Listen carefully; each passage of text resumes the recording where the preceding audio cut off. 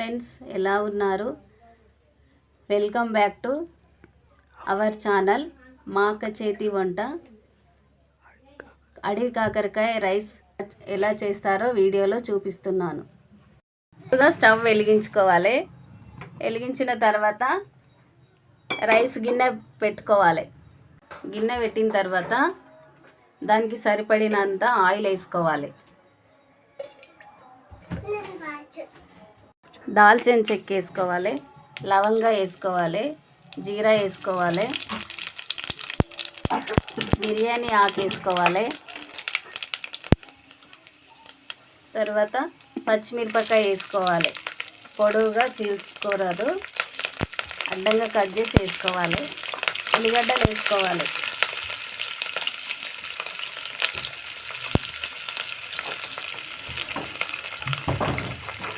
Onion మిరపకాయ fry అంత వరకు కాకరకాయ కట్ చేసుకోవాలి. రౌండ్గా కట్ చేసుకోవాలి.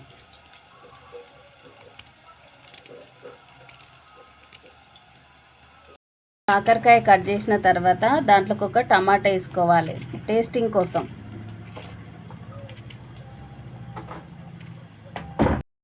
నీట్గా టమాటా ఇట్లా ముక్కలుగా కట్ చేసుకోవాలి. కట్ చేసుకున్న తర్వాత అల్లం వెల్లిగడ్డ పేస్ట్ వేసుకోవాలి.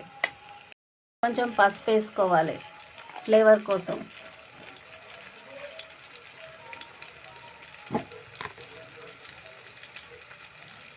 ఒక స్పూన్ ఉప్పు వేసుకోవాలి. సరిపడా పుదీనా వేసుకొని కలుపుకోవాలి.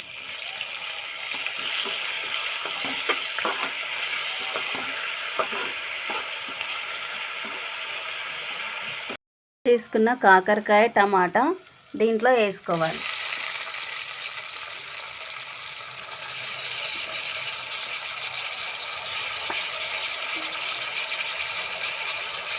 వేసిన తర్వాత ఒకసారి కలుపుకోవాలి.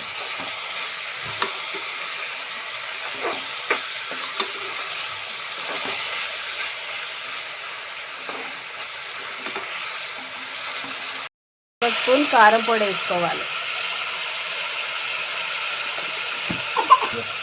వేసుకొని బాగా కలపాలి, అన్నిటికీ కలిసేటట్లా. కాకరకాయ ఫ్రై అయ్యింది. ఒక గ్లాస్ రైస్ తీసుకోవాలి. తీసుకొని నార్మల్ రైసే ఒకసారి కడుక్కోవాలి.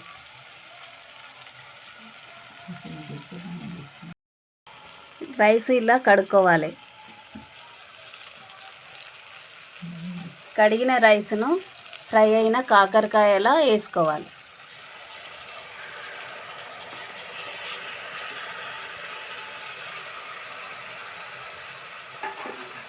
వేసుకొని ఒకసారి ఆయిల్లో కలిసేటట్టు కలపాలి.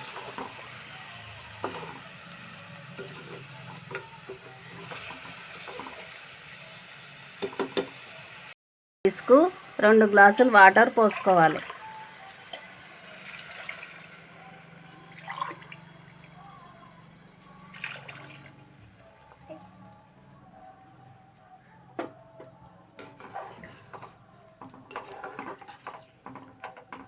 హై ఫ్లేమ్లో పెట్టుకోవాలి.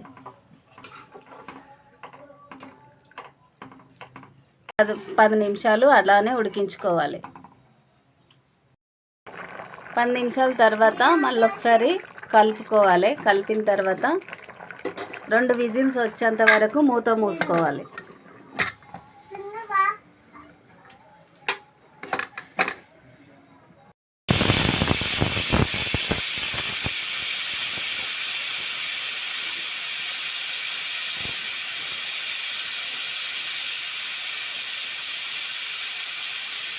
రెండు విజిల్స్ వచ్చిన తర్వాత స్టవ్ బంద్ చేసుకోవాలి. ఇప్పుడు రైసు ఉడికింది. దీని టేస్ట్ ఎలా ఉందో మా ఏంజిల్ చెప్తుంది.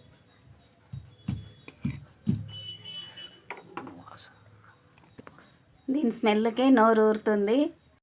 అడవి కాకరకాయ రైసు చేదుగా ఉండదు. ఇది పిల్లలు ఇష్టంగా తింటారు. చాలా బాగుంటుంది.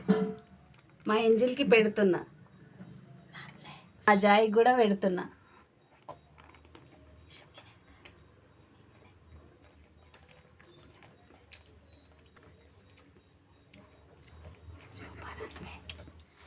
సూపర్ ఉంది ఫ్రెండ్స్.